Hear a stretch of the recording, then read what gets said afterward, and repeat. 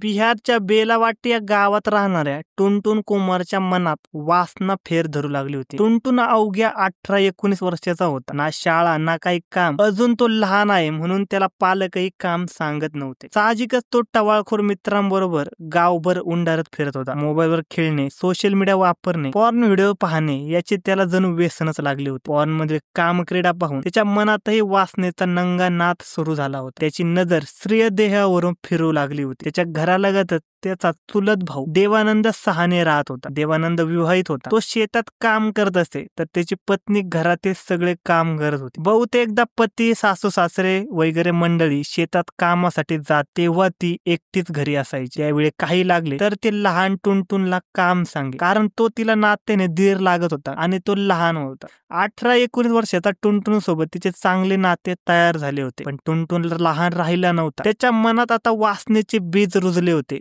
त्याला आपली भावजय म्हणजे भोगवस्तू वाटू लागली होती. तिच्या भरलेल्या देहाकडे तो आदाशी नजरेने पाहत होता. त्यासाठी तो वारंवार तिच्या घरी येऊ लागला. तिच्याशी गप्पा मारत थांबू लागला. आता त्याच्या नजरेतील लालसा तिलाही जाणवू लागली. तशी ती सावध झाली. तिने त्याच्यापासून लांब राहण्याचा प्रयत्न केला, पण तो तिच्या जास्त जवळ येऊ लागला. हळूहळू तिच्या मनातही वासना जागृत झाली. दमून येणाऱ्या पतीपेक्षा तिला तरणाटा टुनटुन जास्त चांगला वाटू लागला. आता ती त्याच्याबरोबर जास्तच अघळ पघळ बोलू लागली. तो तिच्याशी लगड करू लागला तर ती प्रतिसाद देऊ लागली. त्याला चिटकू लागली. त्याला संयम संपत चालला आणि एक दिवस त्याने तिचा हातच धरला. तिने त्याच्याकडे रोखून बघितले तेव्हा तो धाडस करून म्हणाला, भाभी आय लव्ह यू. ती गालातल्या गालात हसली. तो म्हणाला, काय असते, खरंच माझं तुझ्यावर प्रेम आहे. तू काय बोलतो ते तुला कळतंय का, हे तिने विचारलं. हो, मी तुझ्यासाठी काहीही करू शकतो असे म्हणत त्याने तिला मिठी मारली आणि तिच्या ओठाला ओठ लावू लागली. ती उत्तेजित झाली होती. तिनेही त्याला पकडले आणि जोरदार चुंबन घेतले. तो खुश झाला. त्याचा तो धीटपणा, वखवकलेपणा तिची वासना पेटवणारा ठरला. या वासनेच्या आगीत नाते जळून खाक झाले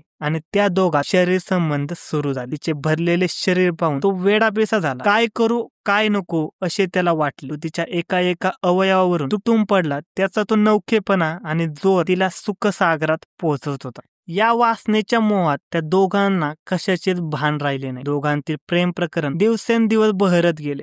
संधी मिळतात ते शरीर सुख घेऊ लागले. त्यांच्यात काहीतरी वेगळे चालू आहे अशी शंका निर्माण होईल असे त्या दोघांचे वागणे बनले होते. त्यामुळे त्या छोट्या गावात त्या दोघांबद्दल चर्चा झाली होती. त्या दोघात काहीतरी प्रकरण सुरू आहे असा अंदाज आता देवानंदलाही आला होता. त्याने पत्नीला समजावून सांगितले. तसेच टुनटुनलाही त्याने समजुतीच्या 4 गोष्टी सांगितल्या. पण वासनेच्या चटावलेल्या त्या दोघांनी एका कानाने ऐकून दुसऱ्या कानाने सोडून दिले. मग मात्र देवानंदने टुनटुनला काहीतरी बहाण्याने शेतात नेले. येथे एकांताने त्याने त्याला समजावून सांगितले, ती माझी बायको आहे, तू तिच्याशी गैरवर्तन करू नकोस. त्यावर टुनटुन म्हणाला, मी गैर वागत नाही, आमचे एकमेकांवर प्रेम आहे. आपल्या बायकोबद्दल तू जे बोलतो ते ऐकून देवानंदचा पारा वाढला. तुला अक्कल आहे का? तुमच्या या वागण्याने आपली समाजात बदनामी होईल हे कळत नाही का तुला? मला बाकी काही नको, मला फक्त भाभीचे प्रेम पाहिजे. मी काही तिला सोडू शकत नाही. तुम्हाला काय करायचे ते करा असे सांगून टुनटुन निघून गेला. आता काय करावे हे देवानंदला समजत नव्हते, कारण आता डोक्यावरून पाणी गेले होते. घरात पत्नीनेही त्याला सांगितले की माझे टुनटुनवर प्रेम आहे, तुमच्यापेक्षा तो मला जास्त प्रेम देतो, मी काही त्याला सोडणार नाही. या सगळ्या प्रकरणाची वाच्यता झाली तर आपलीच बदनामी होणार या भीतीने देवानंद काही बोलला नाही. मात्र त्याच्या मनात टुनटुन विषयी राग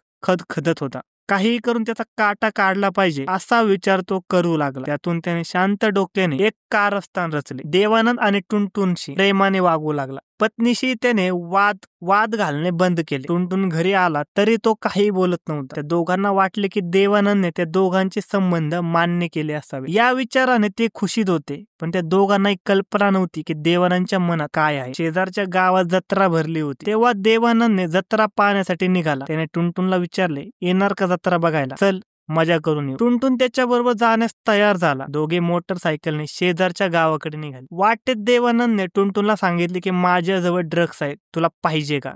अंमली पदार्थाचे नाव ऐकता टुनटुन तयार झाला. तेव्हा देवानंदने गाडी थांबवली. ते दोघे उसाच्या शेतात गेले. तिथे देवानंदने टुनटुनला ड्रग्स दिले.